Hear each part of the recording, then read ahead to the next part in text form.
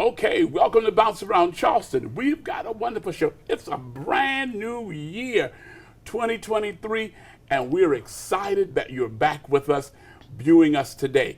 And I've got the right person to start off the new year. It's Dawana Brockington, and she's here to talk about the Black Ink Book Festival.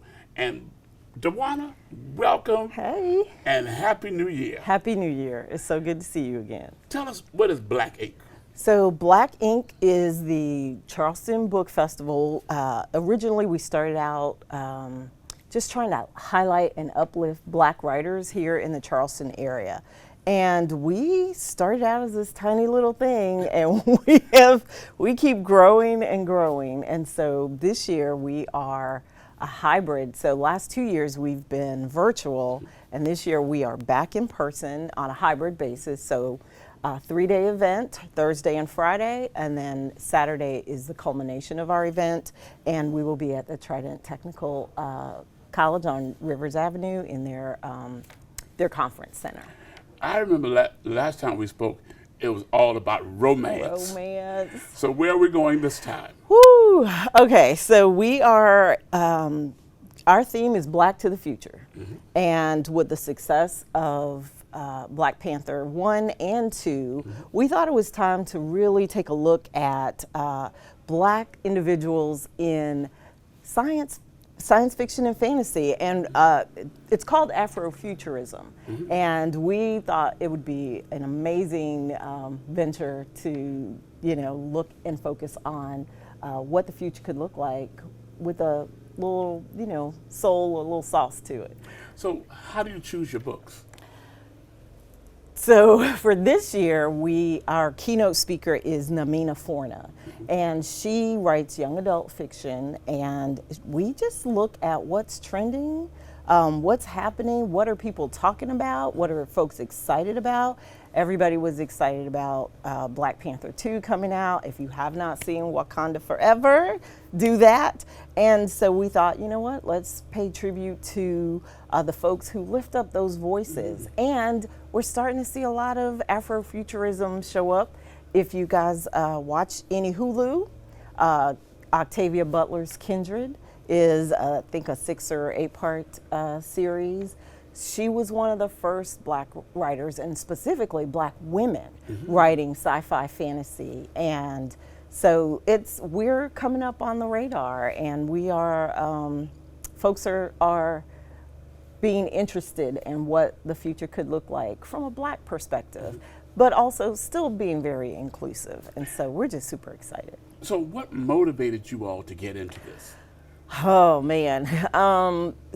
Just paying attention to what folks were saying at our previous event. So mm-hmm. last year we had romance and the esteemed Beverly Jenkins, and she was her keynote was so amazing and so hyped. But we kept hearing a trend, and I'll go ahead and leak it for 2024.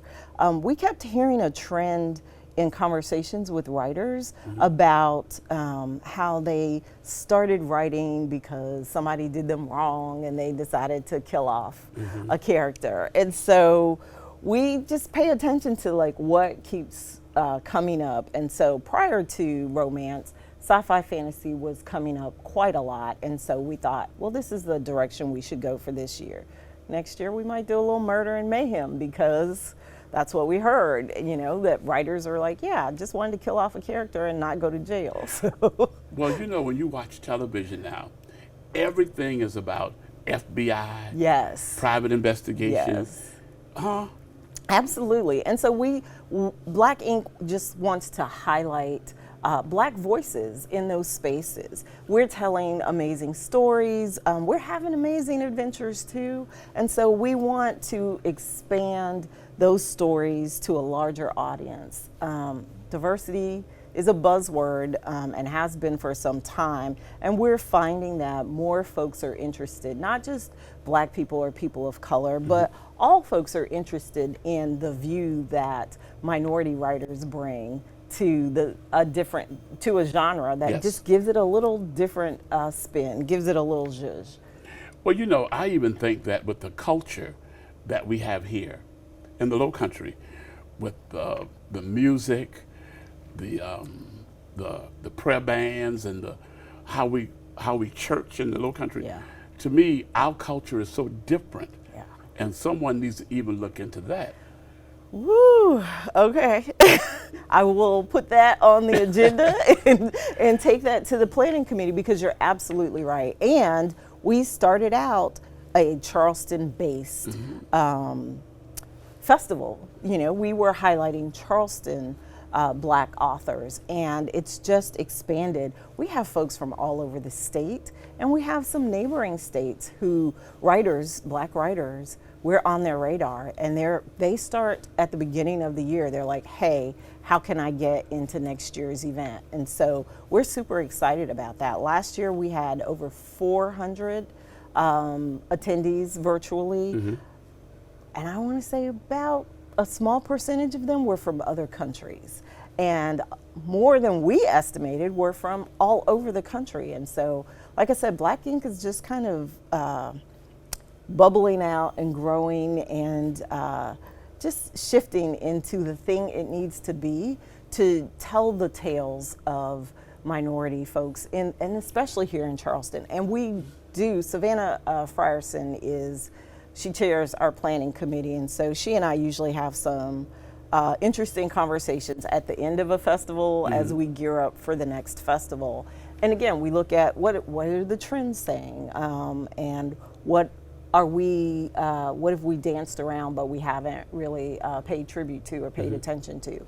One of the things we found is that there is a writer who pulls Gullah, the Gullah culture into her writing, and it's very Afro-futuristic. And so, you know, we'll be looking for opportunities to bring her into the fold and have some conversations either on our podcast or with some one-off conversations that we hold throughout the year. So we're really excited. Now, is this about female authors or male and Nope, female? this is everybody. Okay. However you identify, come show up. And we still have registration available for Black authors who want to come and showcase their wares. You can get a table, you get to meet and greet, you get to tell people about your stories, encourage them to buy a book from you, you get to see other writers.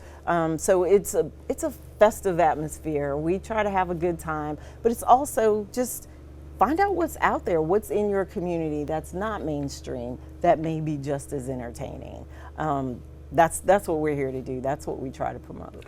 I've found out that traveling around the country, the people up north, they love to hear our stories from the Lowcountry. Yep. And what we do here on the islands, and they love it.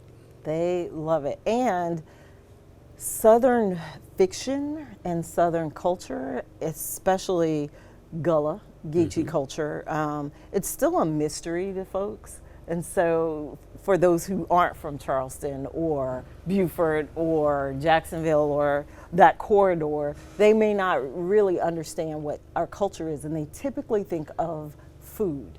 Okay. And that's great, but there's so much more. And so there's literature that can highlight, you know, who we are as a people, what that looks like. There are some great stories coming out of right here in Charleston, right here in the Lowcountry. Okay, so tell us one more time, date, place, and time. So next Thursday, which is January 12th through the 14th, the 12th and 13th are virtual dates, and then we have our live in-person keynote with the book festival on Saturday the 14th at Trident Technical College.